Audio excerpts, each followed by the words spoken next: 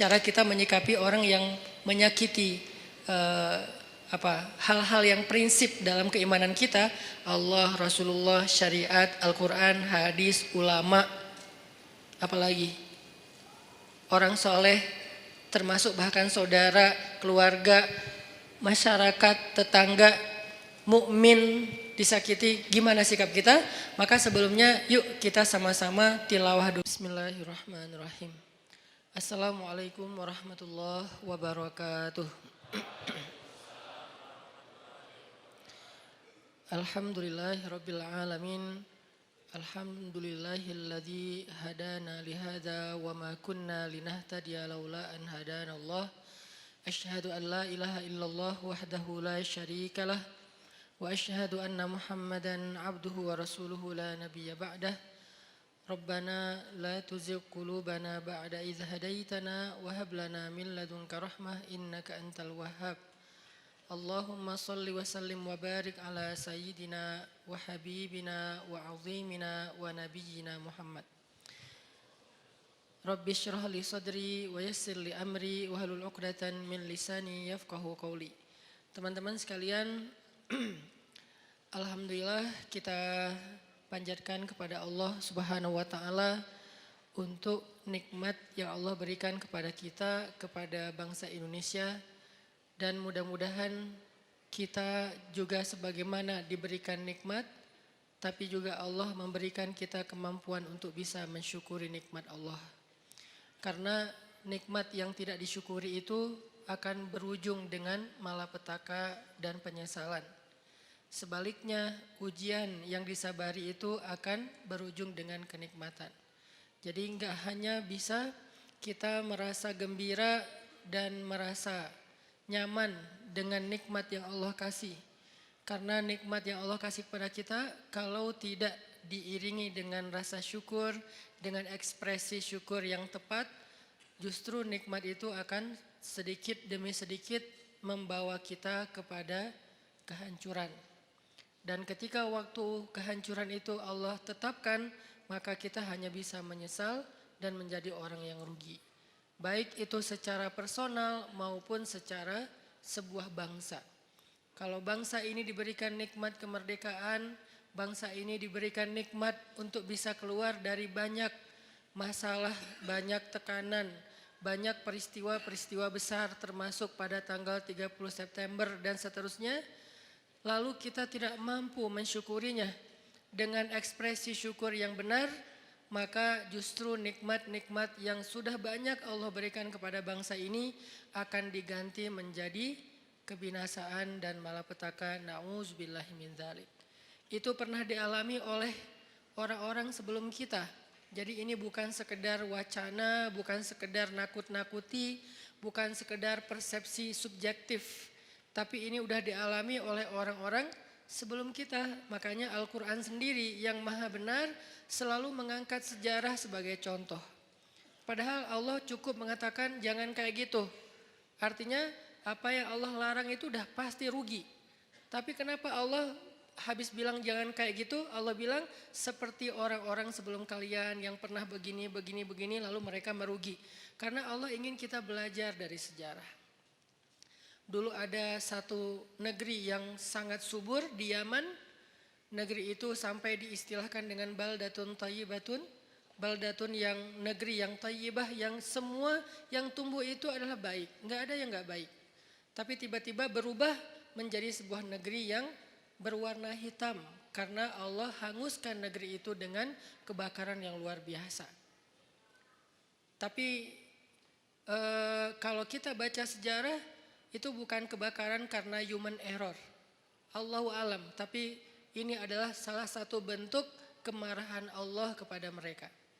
Ini artinya kita belajar untuk berekspresi tentang mensyukuri nikmat Allah Subhanahu wa taala, baik kita secara pribadi maupun kita secara bangsa, supaya Allah Subhanahu wa taala mendawamkan nikmat itu untuk bangsa Indonesia. Teman-teman yang dirahmati Allah, malam ini kita akan lanjutkan pembahasan atau obrolan kita pada pertemuan sebelumnya, yang waktu itu saya sempat bahas dengan tema diam. Kebenaran setelah pembahasan dengan tema diam ini, ada beberapa pertanyaan yang saya lihat di sosial media, terutama di komen postingan-postingan saya, yang menurut saya belum tuntas pemahamannya. Sehingga muncullah komen-komen yang ada yang sifatnya bertanya, ada yang sifatnya menyimpulkan. Kalau yang sifatnya bertanya buat saya itu sangat fair. Karena namanya orang gak paham maka dia bertanya. Tapi kalau yang sifatnya menyimpulkan lalu keliru, buat saya harus diluruskan. Nah, dari pembahasan diam atau pembahasan sabar atau pembahasan mengalah atau pembahasan jangan membalas keburukan dengan keburukan dan seterusnya, saya melihat kadang-kadang sebagian dari kita memahaminya tidak utuh, memahaminya tidak kondisional, tetapi mengeneralisir pemahaman itu dalam kasus apapun dan ini tidak berlaku dalam Islam. Karena dalam Islam itu selalu ada yang namanya dawabit, detail masalah. Masalahnya apa dulu? Sehingga nggak boleh seseorang itu mengeneralisir sebuah jawaban kalau ternyata memang kasusnya berbeda. Kecuali hikmah ya, kalau hikmah boleh. Hikmah yang sama untuk kasus yang banyak. Contoh hikmah keutamaan istighfar. Ada yang datang bilang, saya belum dikaruniai anak. Apa ya yang harus saya lakukan? Banyak istighfar. Datang lagi, saya belum dapat pekerjaan. Apa yang harus saya lakukan? Banyak istighfar. Saya ribut dengan pasangan. Apa yang harus saya lakukan? Banyak istighfar. Kebun saya kering. Apa yang harus saya lakukan? Banyak istighfar. Dan seterusnya, itu hikmah. Kalau hikmah itu kayak mutiara. Dia punya banyak sisi dan semuanya bercahaya. Tapi kalau jawaban yang sifatnya adalah hukum dan seterusnya, fikih, ini nggak bisa mengeneralisir semua masalah dengan satu fatwa. Kadang-kadang dalam satu hal dia boleh, tapi dalam kondisi yang lain dia menjadi tidak boleh atau sebaliknya. Nah, pemahaman tentang pembahasan kita bab diam kemarin, ketika kita menyimpulkan bahwa diam itu adalah pilihan orang-orang bijak, diam itu adalah baik, diam itu justru cara kita membela diri, gitu kan ya? Diam cara paling baik untuk membela diri, bukan membela agama. Itu dua kalimat yang berbeda. Diam cara paling baik untuk membela diri, bukan membela agama. Kalau membela agama atau ada kemungkaran kita diam, itu kalau bahasa ulama dia adalah syaitan dalam wujud manusia. Nauzubillah min dzalik. Gak boleh diam. Cuman kita juga perlu belajar kalau gak boleh diam terus kita ngapain.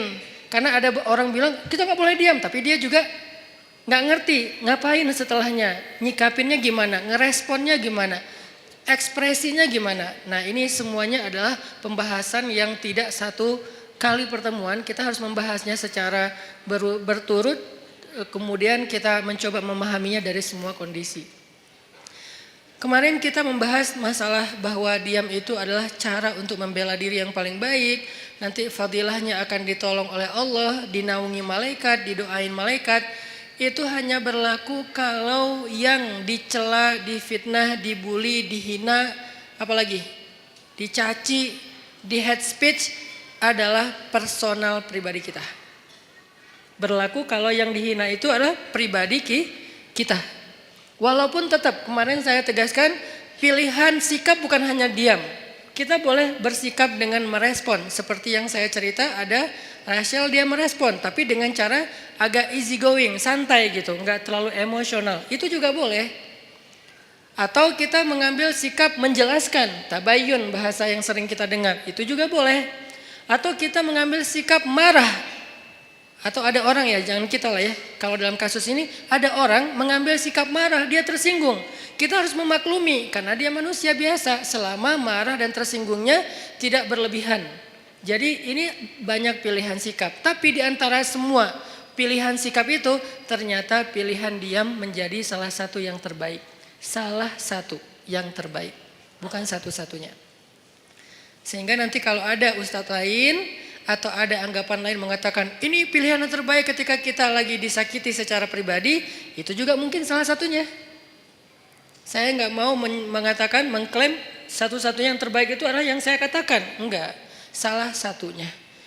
Ternyata diam adalah salah satu pilihan sikap paling baik dan paling insya Allah luar biasa hasilnya kalau kita sedang mengalami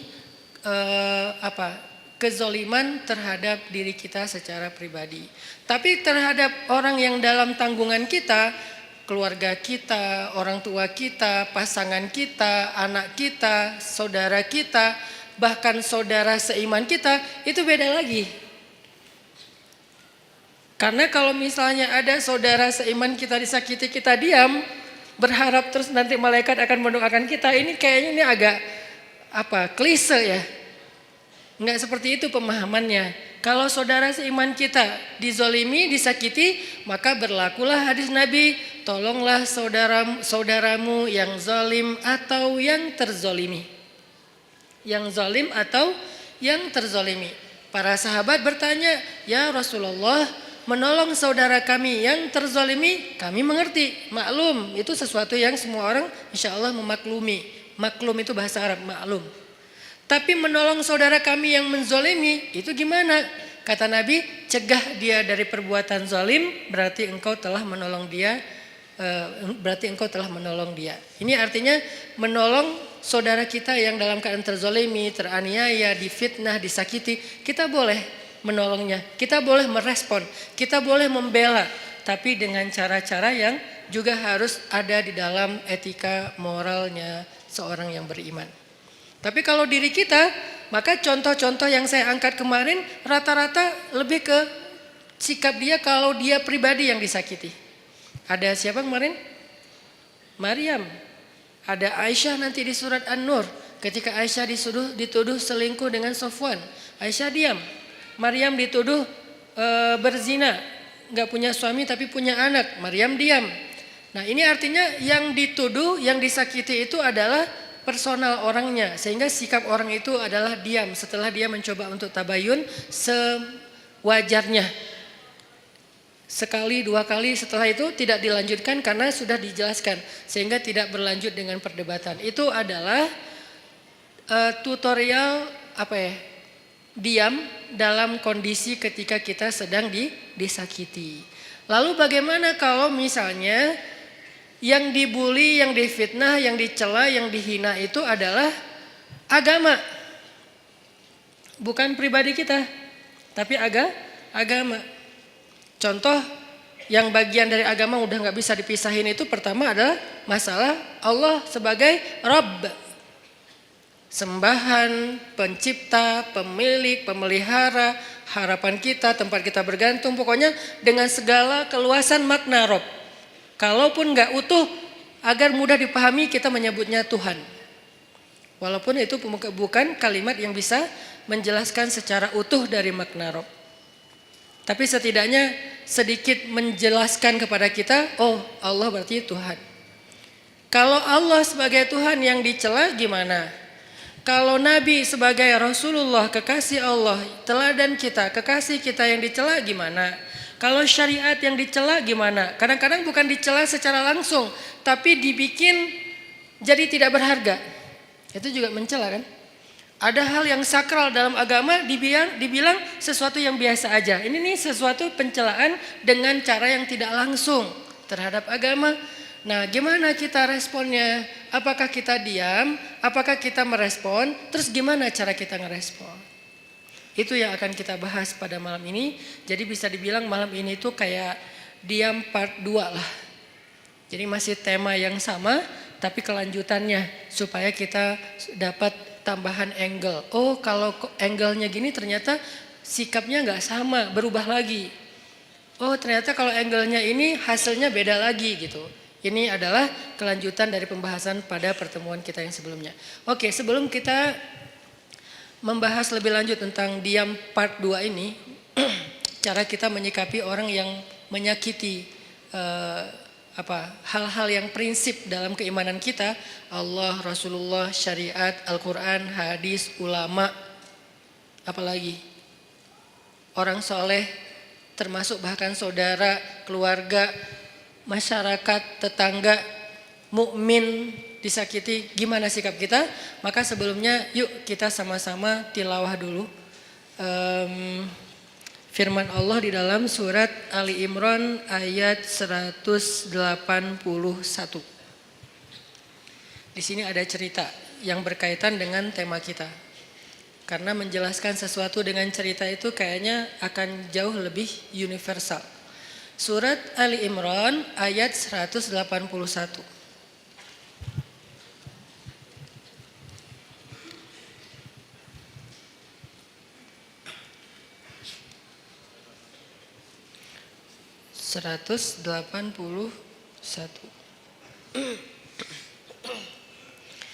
A'udzu billahi minasy syaithanir rajim. Silakan.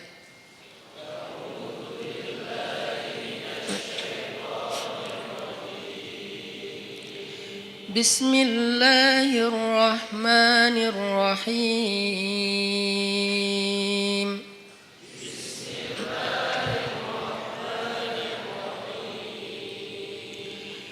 لقد سمع الله قول الذين قالوا إن الله فقير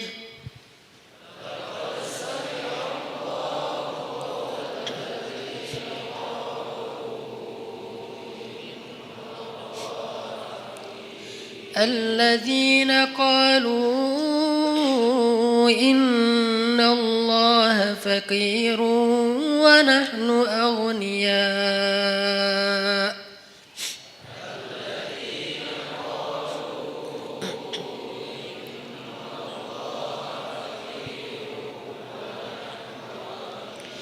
سنكتب ما قالوا وقتلهم الأنبياء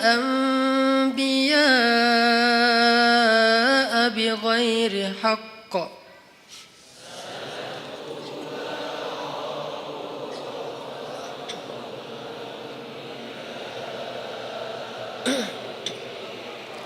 ونقول ذوقوا عذاب الحريق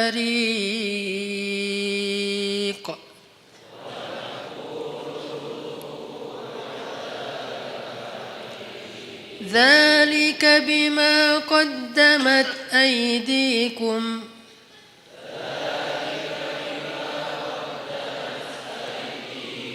وأن الله ليس بظلام للعبيد.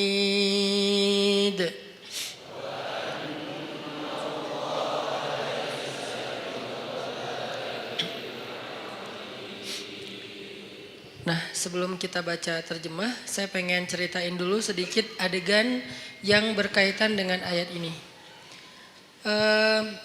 Satu hari Abu Bakar As-Siddiq lagi main ke sebuah kawasan atau ke sebuah pasar tempat orang-orang Yahudi ngumpul. Jadi kayak di Madinah itu kan ada orang Islam sama orang Yahudi kan hidup berdampingan. Cuman seringnya orang Yahudi ini bikin masalah. Mereka membatalkan perjanjian, mereka mengganggu kaum muslimin, mereka menyebarkan fitnah, termasuk salah satunya fitnah Aisyah selingkuh. Akhirnya satu demi satu kabilah Yahudi itu kemudian diusir oleh Nabi karena berkali-kali melanggar perjanjian. Maka jadilah kota Madinah itu hanya tinggal kaum muslimin saja.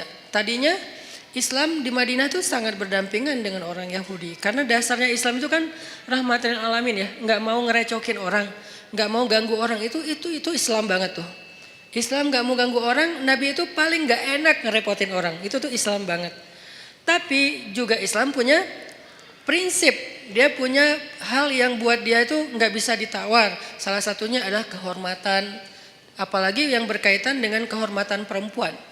Kemudian masalah ideologi, hal-hal yang akidah, syariah, sehingga muncullah kalimat lakum dinukum waliyadin. Kalian dengan cara agama kalian, kami dengan cara agama kami. Bisa nggak kayak gitu kita hidup? Nggak usah saling mengganggu.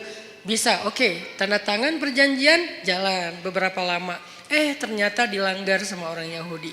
Sekali dibiarin, diminta pertanggungjawaban 2 kali, kemudian Nabi menuntut 3 kali. Udah berkali-kali sampai puncaknya yang paling parah misalnya kayak membunuh, mempermalukan perempuan muslimah, ini udah gak bisa ditawar. Makanya diusir oleh Rasulullah SAW. Nah, waktu itu kaum Yahudi masih berdampingan dengan Nabi. Satu hari Abu Bakar datang ke tempat main atau nongkrongnya orang Yahudi lah. Kayak kafenya Yahudi lah mungkin atau restorannya Yahudi gitu kan. Mereka lagi nongkrong. Datang Abu Bakar situ. Tadinya Abu Bakar datang niatnya baik, pengen silaturahim. Bukan silaturahim ya. Pengen temenan lah. Karena sebetulnya silaturahim dalam makna aslinya hanya berlaku untuk keluarga. Sebutlah dengan bahasa kita silaturahim. Pengen silaturahim sama beberapa tokoh Yahudi, salah satunya bernama Fanhas. Nah, ketika sampai di tempat Fanhas nongkrong, Abu Bakar datang, terus Abu Bakar duduk dengan Fanhas, Abu Bakar ngobrol gitu sama Fanhas. Fanhas, kamu tahu kan Islam itu benar? Soalnya Fanhas ini siapa? Fanhas ini tokoh agama Yahudi yang memiliki ilmu sejarah yang bagus tentang nabi-nabi sebelumnya, yang dia membaca Alkitab, yang pasti di dalam Alkitab itu disebutkan tentang Nabi Muhammad. Makanya Abu Bakar ngobrol dengan Fanhas, baik-baik sih ngobrolnya. Fanhas, kamu tahu kan Islam itu benar? Kamu tahu kan Muhammad itu utusan Allah sesuai dengan yang kamu baca di dalam literasi kamu? Kata Fanhas, ya emang kenapa? Terus kenapa kamu gak ikut aja, gak beriman? Cuma nanya doang gitu, bukan maksa. Apa jawaban Fanhas? Bagaimana saya mau mengikuti sebuah agama yang Tuhannya itu miskin, yang Tuhannya itu fakir, dan dia membutuhkan harta dari kita. Ketika dia berfirman, "May yuqridullaha qardhan hasana." Itulah bedanya orang yang kufurnya kufur fikrah, intelektual, dengan kufur karena dia nggak paham. Kalau orang yang kufur nggak paham, kita toleran banget. Orang-orang yang nggak suka dengan syariah karena dia nggak paham, kita toleran banget. Ya udah nggak apa-apa, nggak maksa. Dia nggak mau menjalankan syariat nggak apa-apa. Tapi kalau dia mempengaruhi orang lain dengan sebuah propaganda, dengan framing negatif, dengan hal-hal yang membentuk opini publik yang salah, nah ini dalam Islam perlu diluruskan. Kalau di dalam masyarakat lingkungan bangsa kita tuh kayak beberapa tokoh sekuler liberal, salah satunya yang kemarin sempat rame bilang menghafal Quran udah nggak penting gitu kan. Ya mungkin dia kurang baca sejarah juga menurut saya, padahal itu sejarah yang paling simpel sih, nggak harus jadi ahli. Bahwa di masa Nabi selain udah ada penghafal Quran, Nabi juga menyuruh sahabat untuk menulis Al-Quran. Udah ada penghafal Quran banyak, ada Ibnu Mas'ud, ada Ibnu Abbas, ada Ibnu Umar, ada banyak sahabat penghafal Quran yang hidup di masa Nabi. Tapi tetap aja Nabi nyuruh nulis Al-Quran. Atau sebaliknya, udah ada yang nulis tapi tetap aja Nabi memotivasi mereka menghafal Al-Quran. Jadi ada yang menghafal, ada yang menulis. Cuman belum dijilid kayak gini, ini namanya mushaf. Kalau belum dijilid namanya nuskhah. Kalau udah dijilid namanya mushaf, sudah satu jilid. Sehingga dari Al-Fatihah sampai Al-Ikhlas, An-Nas udah ada di sini semua gitu. Baik berbentuk fisik ataupun berbentuk platform digital kayak yang di handphone dan seterusnya. Dulu di masa Nabi belum dijilid, masih lembaran-lembaran yang terpisah. Ada yang ditulis di kulit binatang, ada yang ditulis di pelepah pohon, ada yang ditulis di batu. Sehingga sahabat-sahabat itu mendapatkan Al-Quran nggak utuh 30 juz.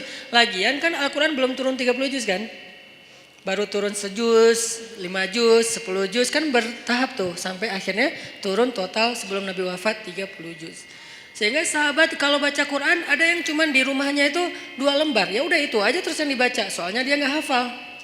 Ada sahabat yang baca Quran 1 juz, ya udah itu aja yang dihafal, yang dibaca. Baru kemudian dijilid pada masa Abu Bakar As-Siddiq atas inisiatif dari Umar bin Khattab. Kata Umar, ya Abu Bakar, kenapa nggak kita jilid aja Al-Quran supaya nggak berceceran di mana-mana? Kata sahabat yang lain, ya Umar, gimana kita mau melakukan sesuatu yang tidak dilakukan Nabi? Ini pertanyaan sering muncul kan sekarang. Ngapain kita lakukan sesuatu yang nggak dilakukan Nabi? Kata Umar, seandainya Nabi masih hidup, pasti Nabi akan mengatakan ini baik. Kalau bahasa orang yang lebih fanatik lagi sekarang, tapi kan Nabi nggak melakukan. Seandainya itu baik, kenapa Nabi nggak ngelakuin? Berarti apa yang Nabi nggak lakuin berarti nggak baik. Nah ini nih pemikiran nggak terbuka. Umar itu orang yang sangat open minded banget. Sehingga dia banyak nyampaikan gagasan-gagasan yang justru kayak sesuatu yang baru gitu di zaman Itu. Lalu akhirnya setelah disyurakan oleh para sahabat, mereka sepakat bahwa ini baik, maka dilakukanlah proses penjilidan Al-Quran pertama di masa Abu Bakar. Kemudian diulangi lagi, lebih teratur lagi di masa Utsman bin Affan. Karena di masa Utsman itu ada semacam polemik soal tata cara membaca Al-Quran. Karena banyaknya orang non-Arab yang masuk Islam, lalu mereka salah dalam membaca ayat-ayat secara huruf, secara baris. Kalau baris saja masih mending, ini hurufnya salah. Kenapa huruf bisa salah Ustadz? Karena dulu Al-Quran itu tulisannya nggak ada titik. Kalau sekarang kita nyebut Arab gundul itu nggak ada baris ya. Kalau dulu tuh lebih gundul lagi. Bukan hanya nggak ada baris tapi nggak ada titik. Jadi shin dengan sin itu sama-sama nggak punya titik. Shad dengan dot itu sama, nggak ada titik. Lo dengan to sama, nggak ada titik. Ba, ta, sa sama, nggak ada titik. Jadi linusabbita bihi fuadak bisa dibaca linubayyina bihi fuadak. Jauh kan? Linusabbita bihi fuadak, untuk kami teguhkan hatimu dengannya, bisa dibaca linubayyina bihi fuadak, untuk kami perjelas maksud di dalam hatimu dengannya. Itu jauh banget perbedaannya. Kenapa? Karena tidak ada titik. Akhirnya banyak orang non-Arab yang masuk Islam di masa Utsman salah membaca huruf. Jadilah Al-Quran itu agak banyak kesalahan. Dan itu rame yang membaca dengan cara yang salah. Akhirnya Utsman berinisiatif untuk mengumpulkan lagi cara baca yang tadinya 10 huruf menjadi 1 huruf. 1 huruf menjadi 10 qiraat dan seterusnya, itu pokoknya rumit lah pokoknya.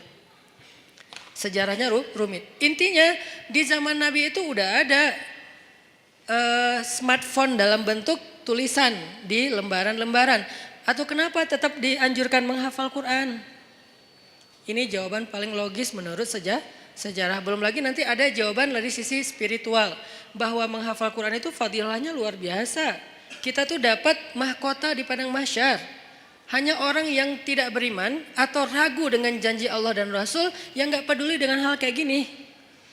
Bahwa nanti dia akan pakai mahkota cahaya di padang mahsyar, dia bisa menyelamatkan 10 keluarganya. Gak bisa nyelamatin saudara kita, keluarga kita 10 orang dengan membawa smartphone.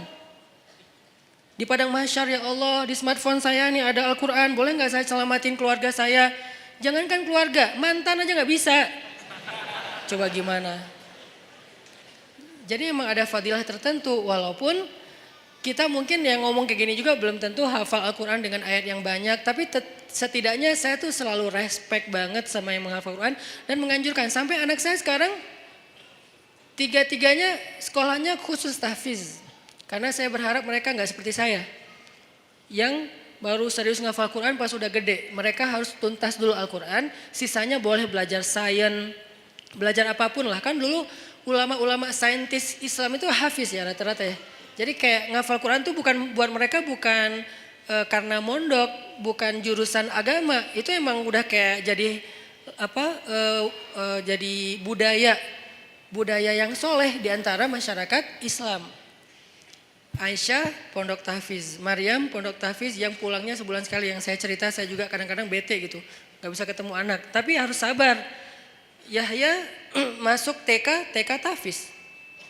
Yang dari TK itu udah mulai belajar tahsinnya pakai bahasa Arab, bukan pakai bahasa Indonesia. Dia menghafal huruf pakai bahasa Arab. Yang saya pernah sekali tampilin di YouTube ya, yang alifun Allah kayak gitu-gitulah. Saya juga nggak hafal, dia hafal. Artinya saya respect banget dan berharap banget anak-anak menghafal Quran untuk nyelamatin saya nanti di akhirat gitu. Karena saya ngerasa kayak siapa tahu kalau saya belum pantas masuk surga dan belum cukup amalnya, disyafaatin oleh pastinya setelah Rasulullah SAW adalah anak yang hafiz. Gak bisa pakai smartphone, gak bisa pakai Google Drive untuk menyelamatkan keluarga kita di padang mahsyar, apalagi dapat mahkota.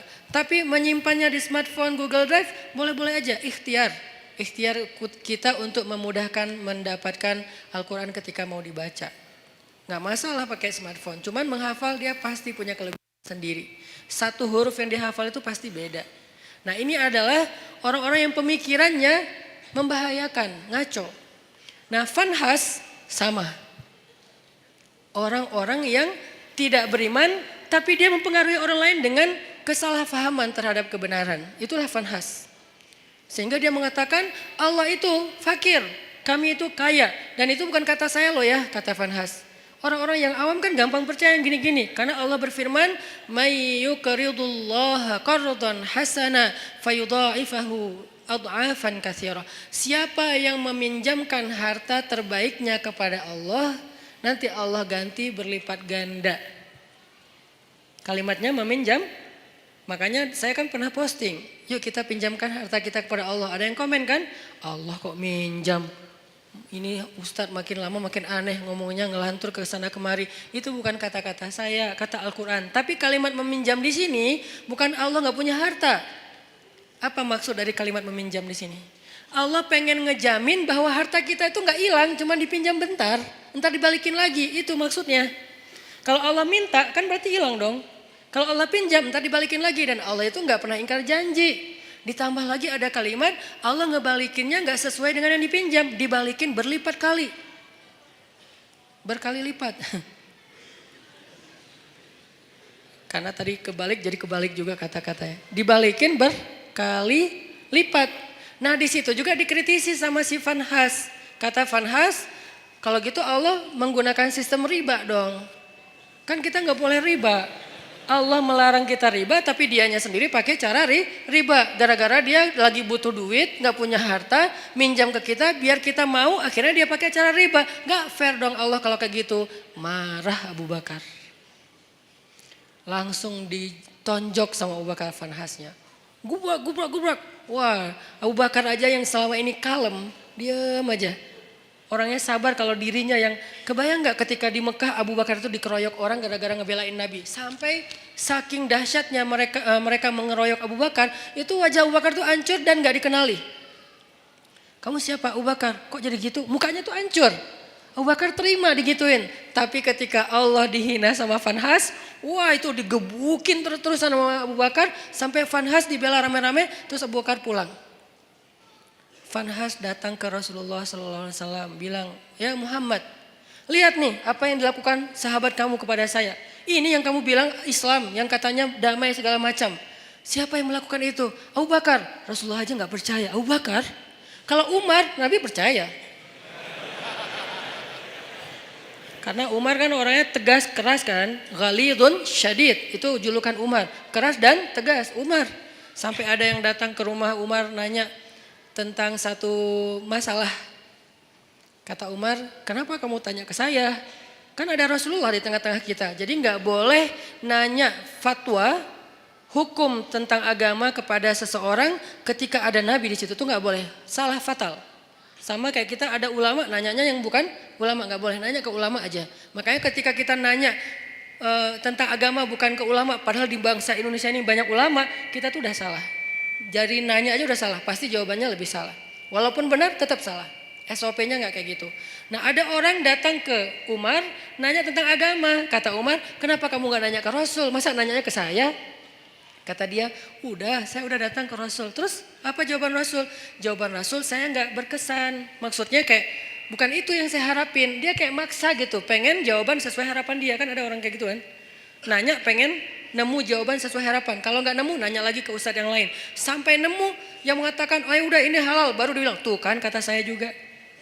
9 ustadz bilang haram, 1 ustadz bilang halal, dia ambil yang 1. Nah ini masih mending lah sesama ustadz. Ini mah Rasul.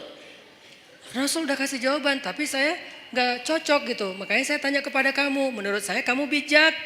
Dipuji-puji Umar. Apa yang dilakukan Umar? Kata Umar, ya udah tunggu sebentar ya. Dia masuk, keluar bawa pedang. Udah dihunuskan pedangnya. Bukan bawa pedang dalam sarungnya, dihunuskan pedangnya. Ini nih jawaban saya nih, langsung kabur tuh orang. Itu Umar. Karena Umar tersinggung, dianggap sebagai orang bijak sementara Rasul aja ditolak. Itu penghinaan buat Rasul dan penghinaan buat Umar sendiri. Makanya Umar langsung ngeluarin pedang, orangnya kabur. Tapi ini yang melakukan Abu Bakar, bukan Umar. Orang yang gak pernah dikenal, pernah mukulin orang. Satu-satunya yang pernah dipukul Abu Bakar itu cuma berhala.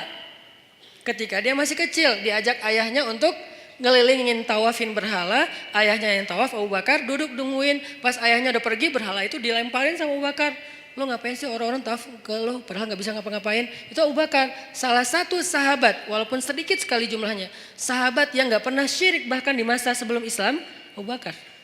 Salah satunya. Abu Bakar, Khadijah, Ali. Ini orang-orang yang dari sebelum Islam pun mereka nggak pernah syirik, nggak pernah nyembah berhala. Tapi yang lain pernah lalu bertaubat dan masuk Islam kemudian menjadi lebih baik. Abu Bakar yang melakukan. Rasulullah, Abu Bakar, dipanggil Abu Bakar. Lalu Nabi nanya baik-baik karena ini Abu Bakar nih. Orang yang wibawa, orang yang baik hati, orang yang lembut. Gak boleh langsung dipercayai aja nih omongan, apalagi nih Fanhas yang ngomong. Rasulullah nanya, ya Abu Bakar, ini perbuatan kamu? Ya Rasulullah. Nabi kaget. Jadi itu bukan hoax. Benar nih Abu Bakar nonjokin orang, gebukin orang. Ya Rasulullah.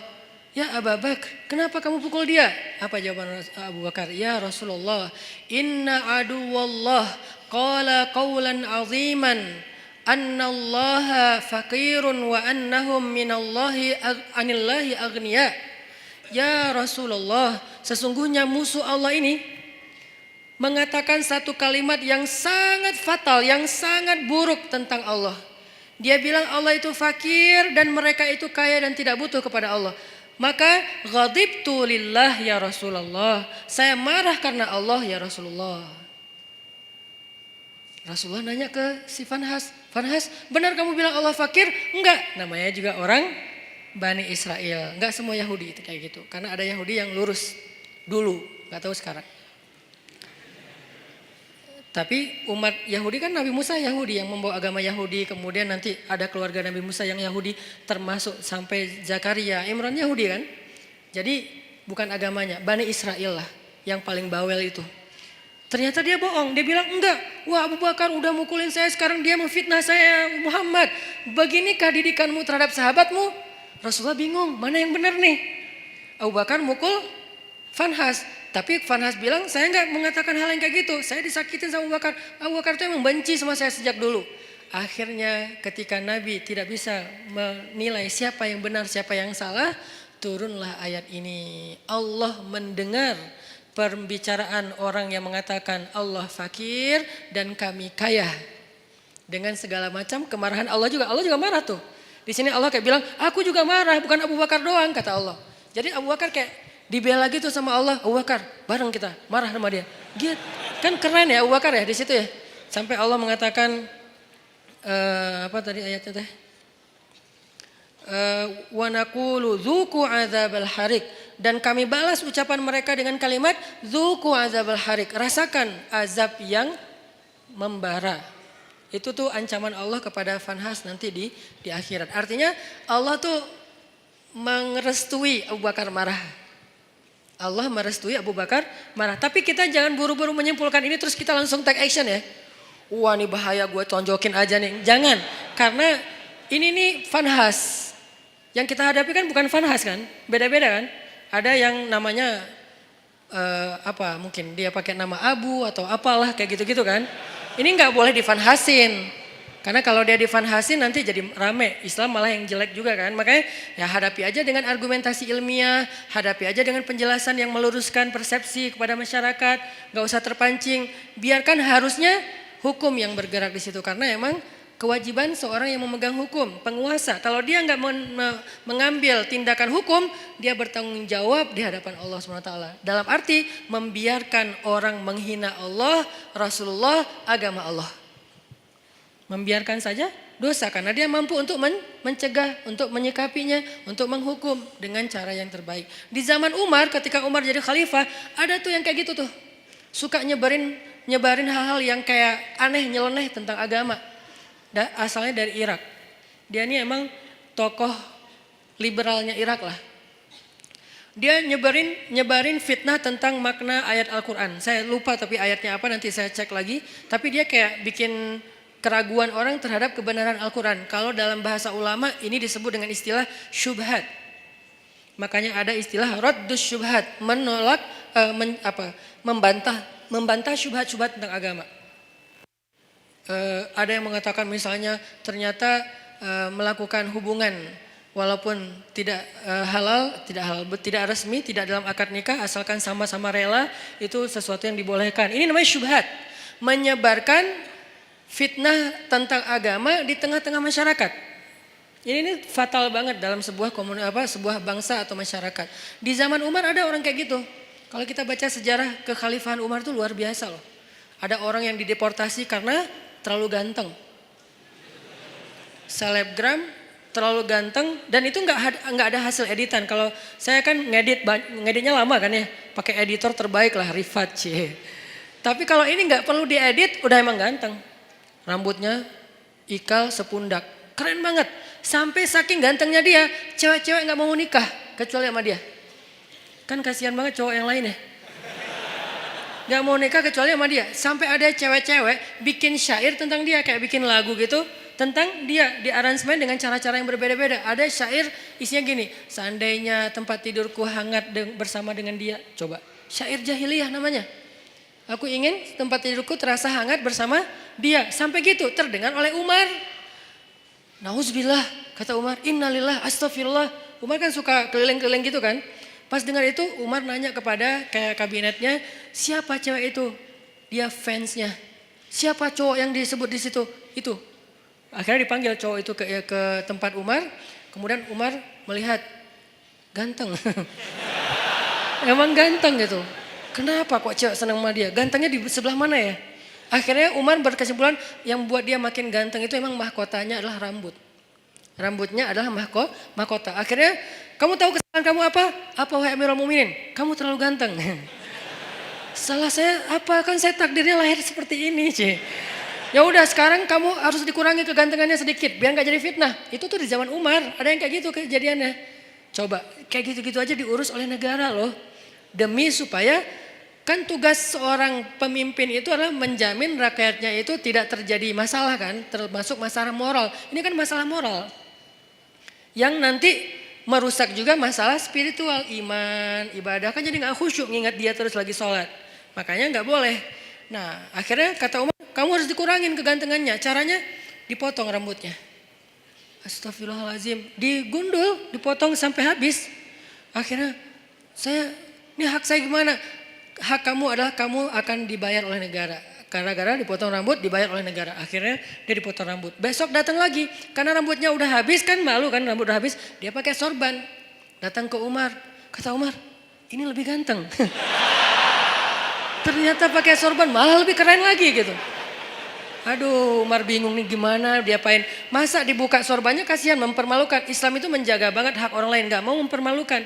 Dia tetap rambutnya dihabisin tapi jangan dibiarin kelihatan orang banyak karena itu malu.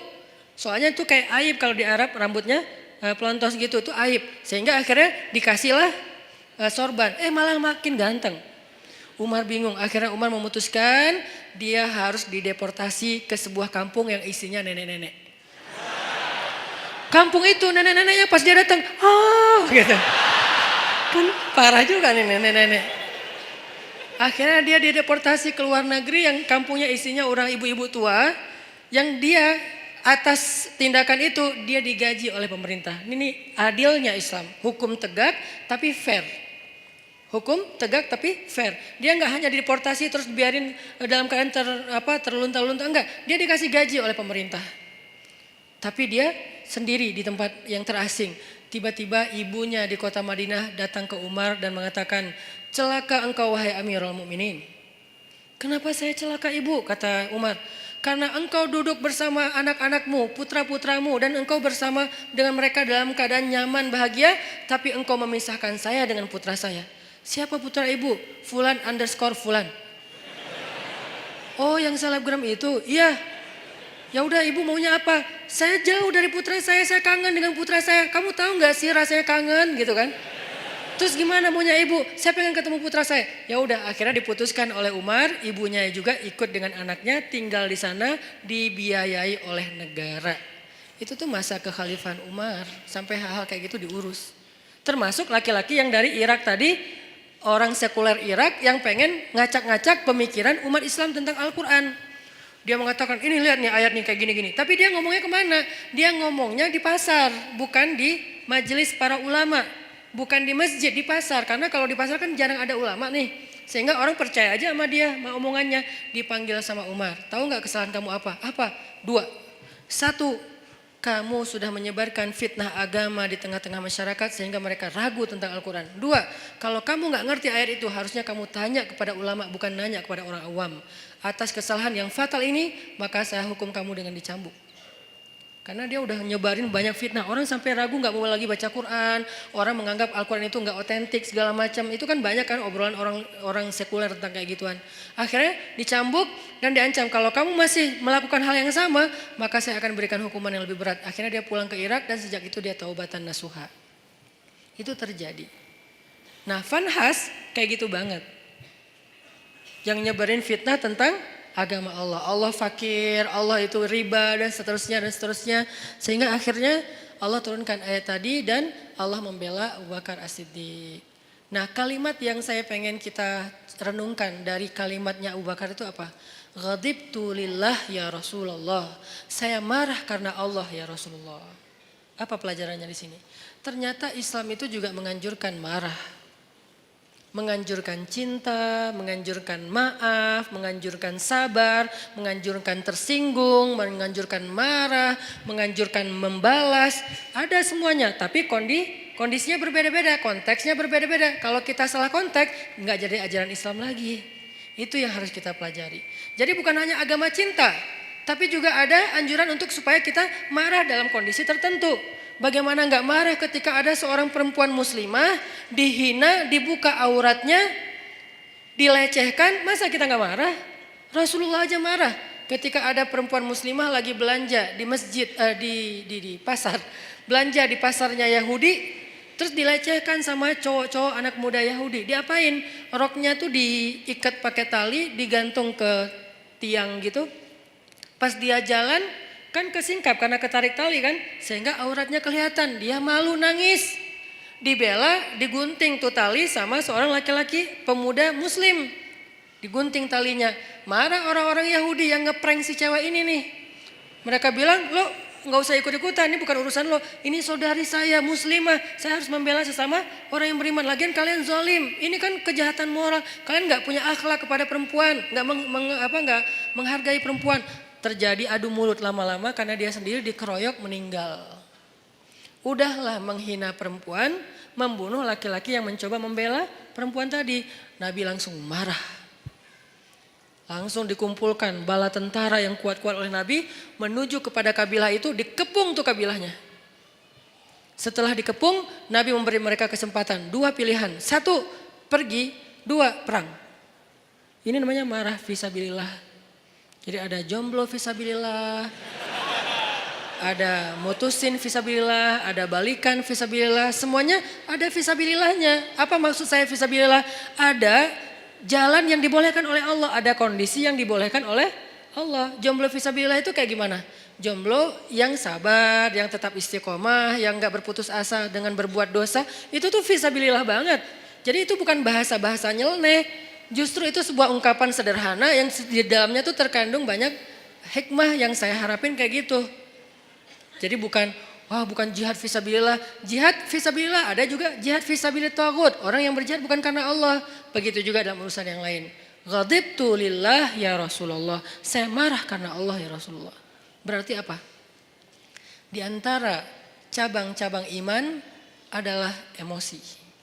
Perasaan cinta, perasaan malu, perasaan takut, perasaan marah, itu semuanya bagian dari iman.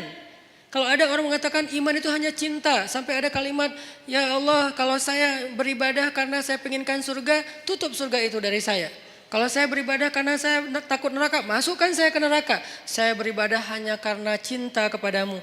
Ini membentur-benturkan 2-3 hal yang sebetulnya tiga-tiganya baik. 1, roja, mengharapkan surga. Itu baik, bagian dari iman. 2, khauf, takut neraka. Itu juga bagian dari iman. 3, mahabbah, cinta kepada Allah. Itu juga bagian dari iman. Tiga-tiganya emosional, perasaan. Ternyata iman itu juga menyangkut urusan perasaan. Sehingga pertanyaannya, sudah berimankah perasaan kita? Jangan-jangan yang baru beriman lisan kita. Asyhadu an la ilaha illallah, asyhadu anna Muhammadar Rasulullah. Lisan kita beriman. Apakah hati kita beriman? Yaitu yakin. Apakah perasaan kita beriman? Yaitu takut kepada neraka, mengharapkan surga, mengharapkan ampunan Allah, cinta sama Allah, kangen sama Allah, cinta sama Rasulullah. Itu kan imannya, perasaan. Sudah berimankah pikiran kita? Artinya pikiran kita tuh yadhkurunallaha qiyaman wa qu'udan wa ala junubihim. Ingat Allah terus. Dalam keadaan berdiri, duduk, berbaring, itu kayak simbol dari totalitas kehidupan dia. Ingat Allah terus. Itu berarti pikirannya sudah beriman. Sudah berimankah tangan kita yang tercegah dari menyakiti orang lain? Sudah berimankah kaki kita yang tidak mau melangkah ke tempat-tempat dosa? Sudah berimankah sekujur tubuh kita dengan segala bentuk amal solehnya? Termasuk perasaan.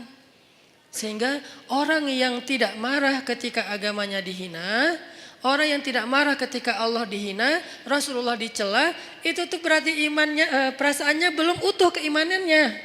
Saya nggak bilang nggak beriman ya, karena itu terlalu ekstrim menuduh orang tidak beriman. Tapi dalam bab itu dia belum utuh keimanannya, belum baik keimanannya. Karena harusnya dia marah.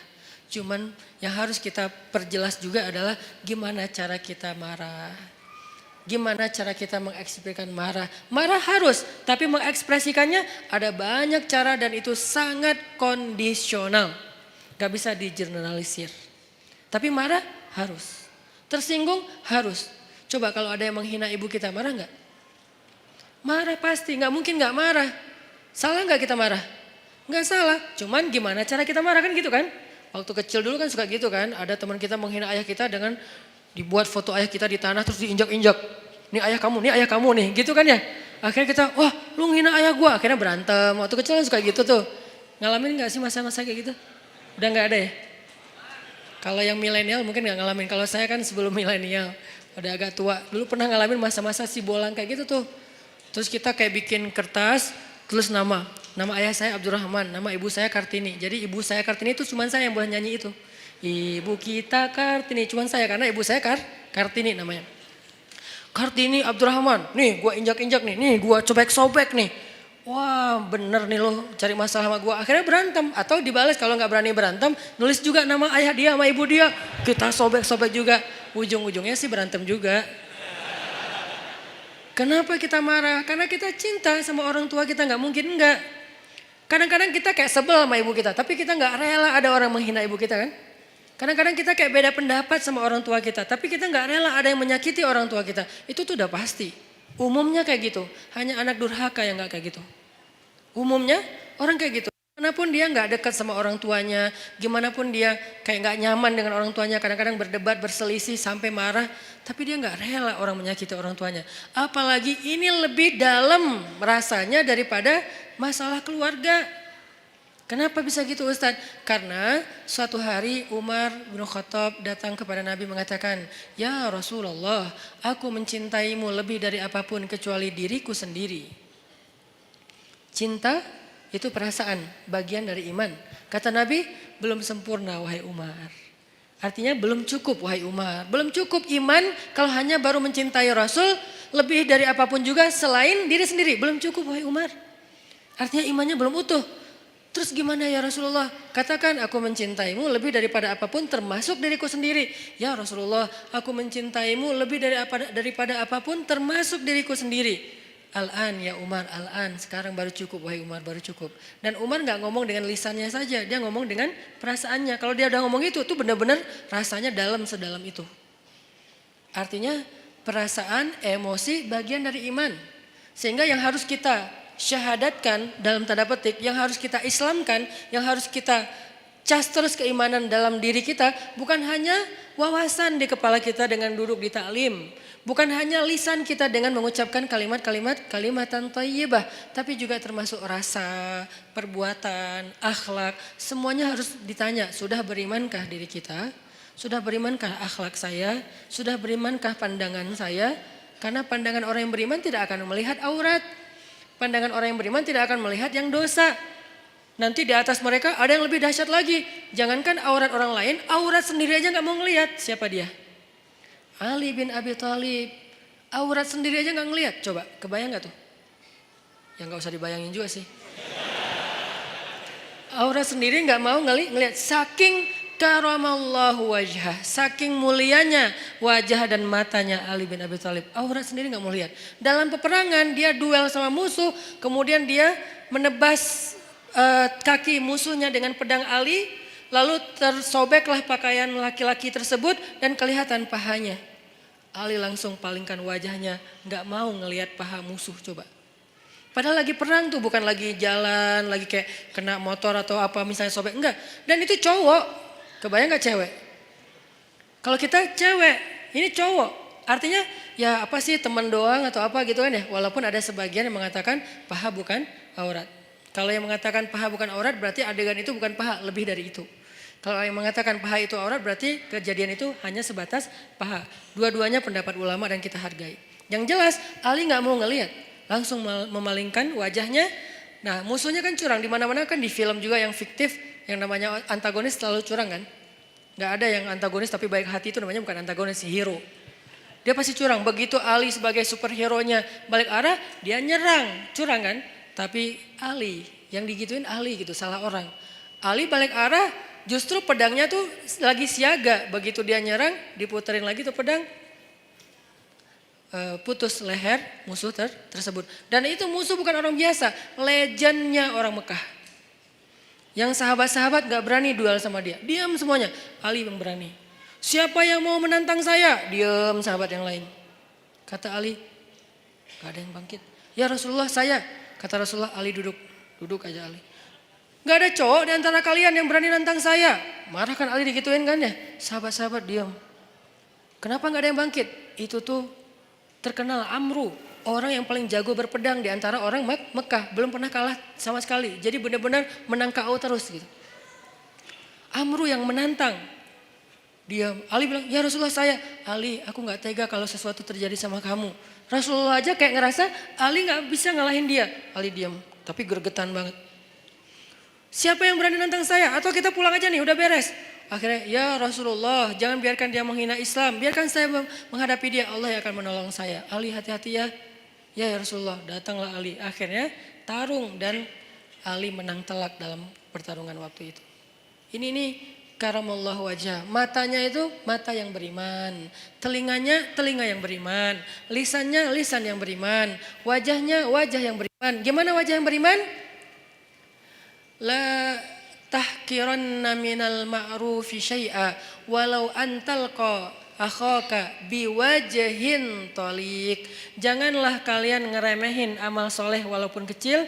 Walau sekedar bertemu dengan saudaramu dengan wajhun, wajah bahasa Arab jadi bahasa Indonesia. Wajah yang apa? Sumringah, wajah berseri-seri, wajah yang happy. Jangan ketemu teman kita cemberut aja. Kamu kenapa? Enggak, emang muka saya emang kayak gini. Nah, kalau itu beda ya. Tapi berusaha untuk tersenyum. Itu tuh wajah beriman. Jadi wajah aja, ada wajah beriman, ada yang wajah tidak beriman.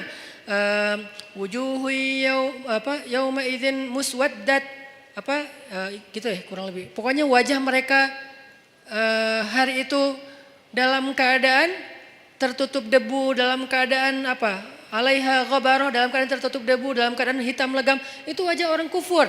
Sedangkan orang yang beriman wajahnya bercahaya, wajahnya happy, wajahnya bahagia dari sejak di dunia. Wajah kita sudah berimankah?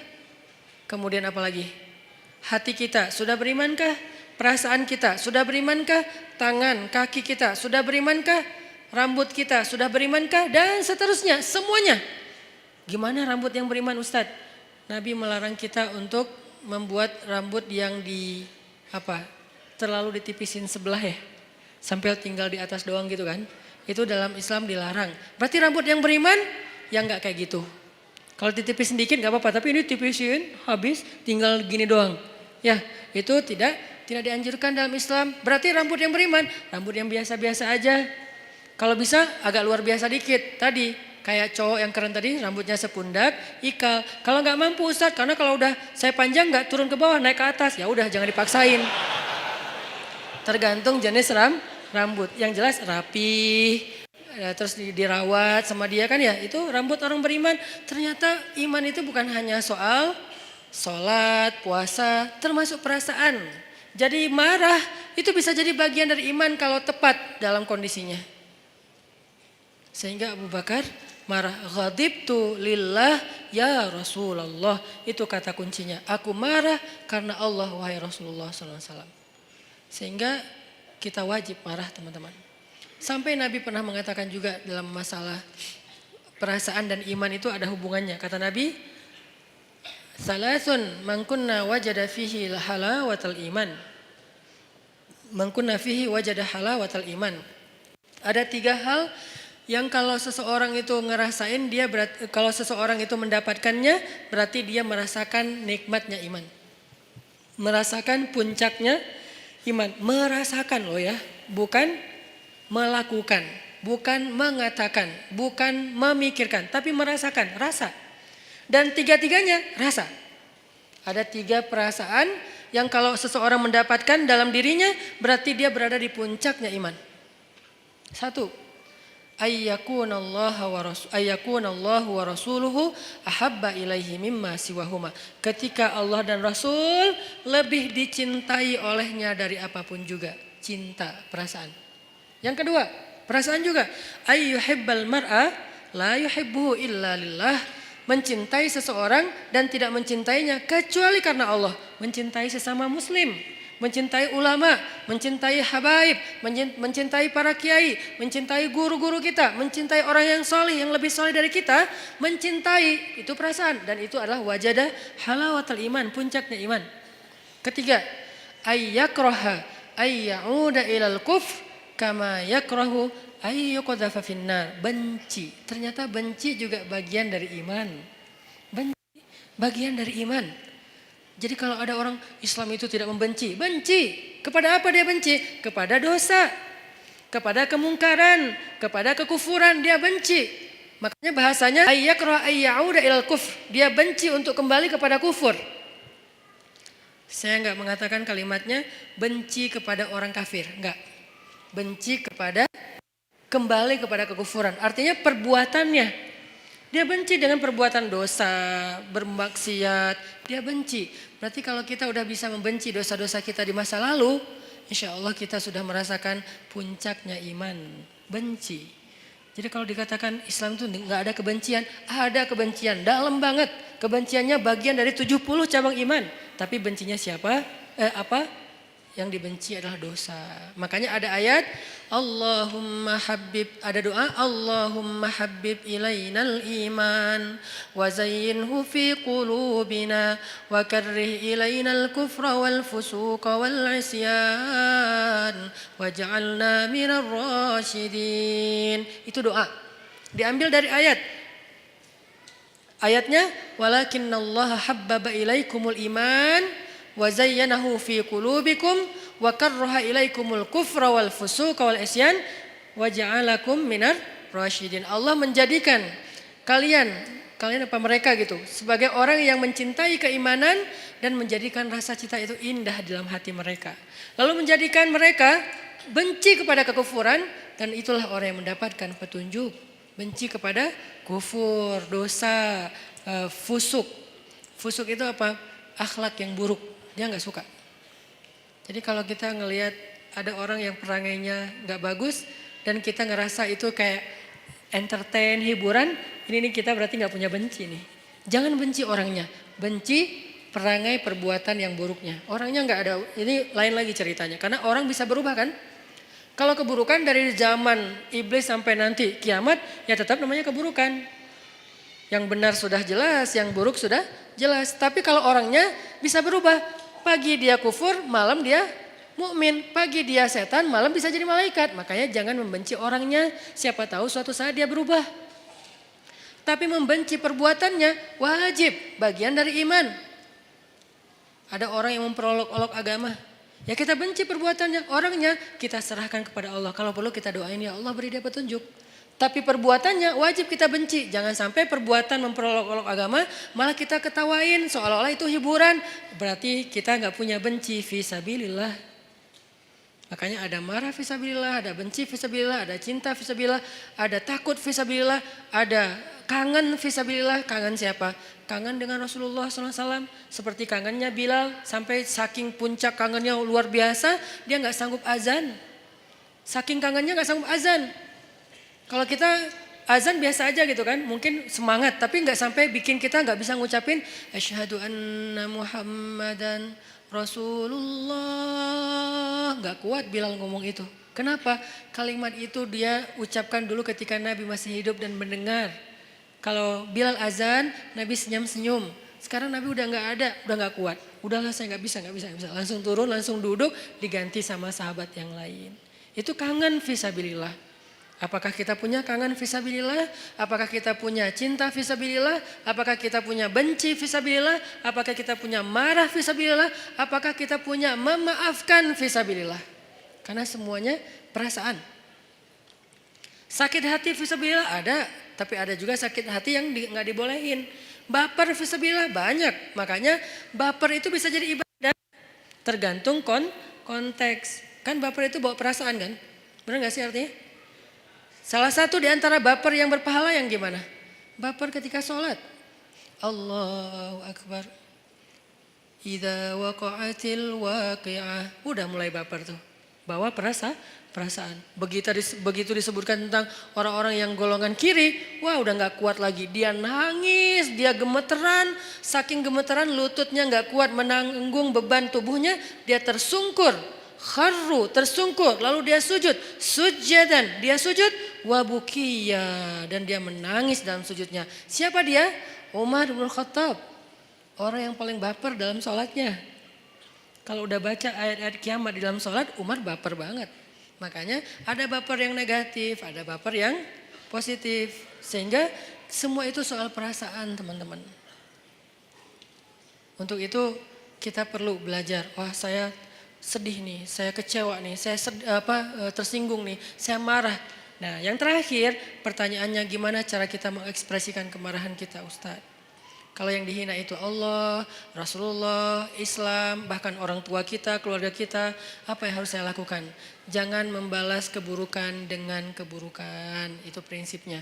Tadi dibacakan di sholat isya kita, idfa billati hiya ahsan, balaslah dengan cara yang lebih baik, walaupun kita marah. Lalu bagaimana dengan cerita Abu Bakar As-Siddiq? Tapi di situ bukan hanya ada satu tokoh, ada Fanhas.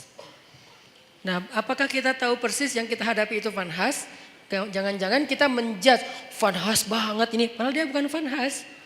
Dia bisa jadi adalah orang Badui yang mengencingi Masjid Nabawi. Kan itu juga perbuatannya menghina Islam kan? Dia datang ke Masjid Nabawi, dia buang air kecil di situ. Lalu Umar udah siap-siap tuh, saya penggal nih kepalanya nih, saya penggal nih.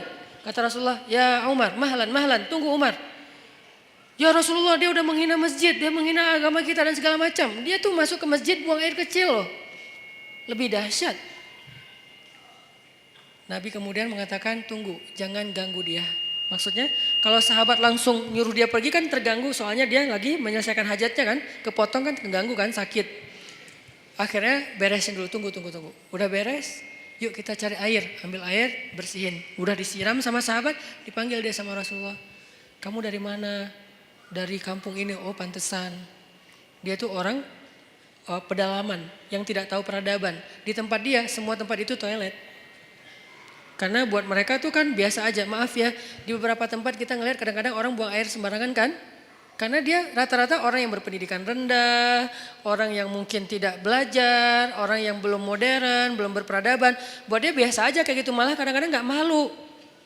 Nah laki-laki ini kayak gitu kondisinya, orang jahil, orang badui, orang pedalaman, gak pernah belajar. Dia gak tahu kalau ini tempat suci, dia buang air aja di situ. Ditanya sama Nabi dari mana, dari tempat ini. Oh kamu tahu gak ini tempat apa? Gak tahu. Ini tuh rumah ibadah kami, di sini kami menyembah Allah, kami belajar, kami duduk di sini, kami menjaga kesuciannya. Tadi kamu sudah mengotori tempat ini. Oh saya nggak tahu, saya nggak ngerti, maafin saya ya nggak apa-apa. Terus Nabi ngobrol panjang lebar sama dia, sampai saking baiknya Nabi bisa membuat dia terkesan dengan obrolan Nabi, akhirnya dia masuk Islam. La ikraha fiddin, tidak ada paksaan dalam agama, tapi yang ada ta'liful qulub, membujuk hati. Kemarin pas saya jalan ke Korea, saya ngobrol sama Chan, sama sekali saya nggak mau ngomongin Islam di depan dia kalau dia belum bertanya. Tapi alhamdulillah sepanjang saya di sana nggak ngomongin Islam sama sekali. Pas pulang baru semalam dia posting foto-foto kita di sana, dia bilang sekarang saya merasa tertarik untuk belajar Islam setelah bertemu dengan Ustadz Hanan dan keluarga. Ternyata kok asik banget, santai, saya nggak dipaksa, saya nggak dimarah-marahin. Pas saya salah membeli makanan Korea, apa namanya teh? Apa? Bukan samyang. Ya cireng lah pokoknya. Cireng Korea gitu ya. Kimbap. Nah, pas lagi beli kimbap kan ada porknya kan. Cuman dia nggak dimasukin ke dalam gulungan kimbap itu, dia kan salah.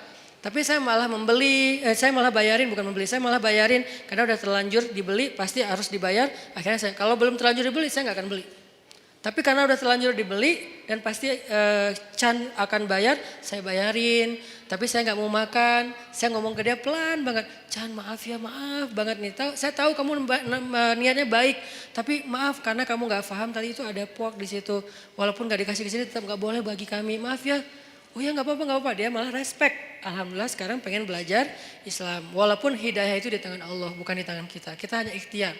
Akhirnya orang Baduy ini masuk Islam. Setelah masuk Islam, dia doa, ya Allah, berilah rahmatmu kepada saya dan kepada Rasulullah, yang lain jangan. Dia sebel sama yang lain. Karena tadi mau dimarahin kan sama yang lain, kata Nabi, kenapa doanya kayak gitu? Iya Rasulullah, saya sebel sama mereka. Kalau doa yang baik-baik supaya malaikat mendoakan juga kamu dengan kebaikan yang sama. Oh gitu ya Rasul. Ya Allah rahmati saya, Rasulullah dan yang lain-lain juga. Beres kan ya? Ini nih siapa? Ini bukan Fanhas. Ini orang yang belum mengerti tentang kebenaran. Kalau Fanhas ngerti banget. Malah Alkitab, dia ngerti Alkitab. Taurat, Injil, Al-Quran bahkan. Makanya dia tahu ayatnya. Bukan orang biasa, beda sikapnya. Kalau kepada orang kayak gitu, kita memberitahu. Ada orang yang bertanya atau komentar karena dia nggak ngerti, kita jelasin, kita luruskan kalau bahasa saya di komen. Bukan saya marahin, saya luruskan. Kadang-kadang ada teman-teman yang niatnya baik, pengen bela saya tapi malah marah-marah. Saya juga berharap jangan. Ini Ustadz Hanan, malu nggak lo? Jangan ngomong kayak gitu, ini mempermalukan orang. Saya juga cuma ngomong, kalau ini tentang saya diam. Kalau tentang Rasulullah, saya luruskan. Kayak gitu bahasanya, saya pilih diksi yang tidak menjudge. Sehingga nanti sikap kita mudah-mudahan mewakili wajah Islam. Walaupun gak sempurna, soalnya kita manusia biasa ya. Islam sempurna banget tapi kita gak sempurna. Setidaknya kita udah berusaha untuk menampilkan wajah Islam terbaik yang kita mampu. Orang baru tertarik. Nah idfa billatihi ahsan. Balaslah dengan cara yang lebih baik. Ada di surat apa itu? Coba kita buka surat Fussilat. Surat ke-41 ayat 34. Idfa billati hiya ahsan. Kalau kita bisa membalas keburukan orang dengan cara yang lebih baik. Maksud cara yang lebih baik itu gimana Ustadz? Bisa jadi orangnya kita pahamkan. Itu kan cara lebih baik kan? Dia menghina Islam, kita nggak menghina dia. Kita nggak menghina agamanya, kita pahamkan. Oh ini maksudnya. Kalau dia nggak bisa juga, kita coba kebaikannya dengan cara lain. Kadang-kadang ada kebaikannya bukan dengan pemahaman, dengan narasi. Kita kasih dia hadiah kalau ada yang kenal dengan dia. Minimal kita senyumin dulu. Minimal kita nasehatin dengan diam-diam lewat DM atau apapun lah. Pokoknya jangan sampai kita mencela, mendebat, ngebully rame-rame dengan nge-replay komennya dia. Kasihan. Kadang-kadang dia nggak ada niat mencela. Cuman karena gak paham, akhirnya di replay banyak ratusan replay, semuanya menjat dia. Saya kasihan kadang-kadang kayak gitu. Padahal niat saya tadi pengen meluruskan, tapi di bawah tuh wah macam-macam. Walaupun niatnya baik, tetap caranya belum tepat. Sehingga balaslah dengan billatihi ahsan. Hasilnya apa kalau kita bisa konsisten kayak gitu? Hasilnya faidza alladzi bainaka wa bainahu adawah ka'annahu waliyun hamim. Bisa jadi kalian yang tadinya bermusuh-musuhan dengan cara idfa billati hiya ahsan, membalas dengan yang baik, dia akan menjadi waliyun hamim, pelindung yang sangat setia. Menjadi kawan baik, menjadi sahabat karib, menjadi pelindung yang setia, yang loyal. Itu hasil cara kita marah. Boleh marah tetap, tapi ekspresikan marah itu dengan cara-cara yang justru melahirkan kebaikan. Satu, cara yang kedua, kalau misalnya kita nggak mampu, ini kan yang paling ideal nih. Saya nggak mau memberikan solusi ideal doang, sementara saya juga nggak selalu bisa kayak gitu. Dan saya manusia biasa. Nanti kalau sesekali teman-teman melihat saya di sosial media, kadang-kadang kepancing, itu karena Hanan Ataki itu manusia, bukan malaikat. Yang saya omongin di sini nggak semuanya mampu saya amalkan. Makanya saya kasih beberapa alternatif. Yang paling tinggi, idfa billati hiya ahsan. Itu haqqa tuqatih, sebenar-benar takwa.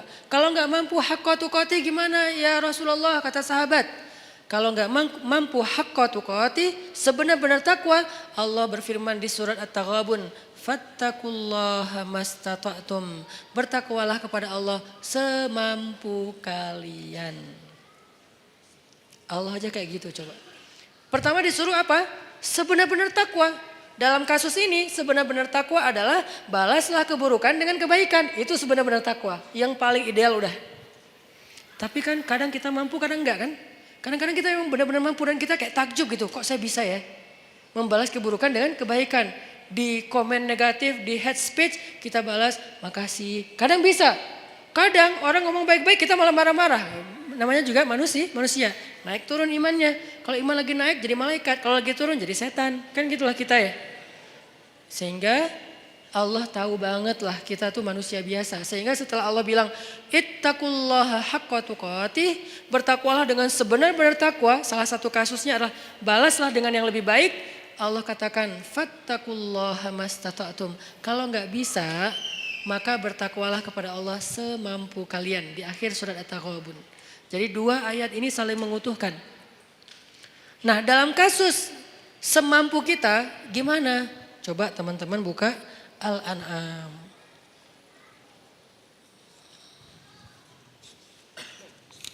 Di surat Al-An'am ayat 68. Coba lihat surat Al-An'am ayat 68. وَإِذَا رَأَيْتَ الَّذِينَ يَخُوضُونَ فِي آيَاتِنَا فأعرض عنهم حتى يخوضوا في حديث غيره وإما ينسينك الشيطان فلا تقعد بعد الذكرى مع القوم الظالمين. Kalau ada orang yang memperolok-olok ayat Allah, yang memperolok-olok agama Allah, yang memperolok-olok syariat Allah, maka maka berpalinglah kamu dari mereka. Itu kalau kita nggak bisa membalas dengan yang lebih baik, udah berpaling aja, jangan ikut-ikutan. Di grup, ya udah, diam. Live group Ustadz, ya mungkin ayat ini salah satu ayat tentang anjuran untuk live group.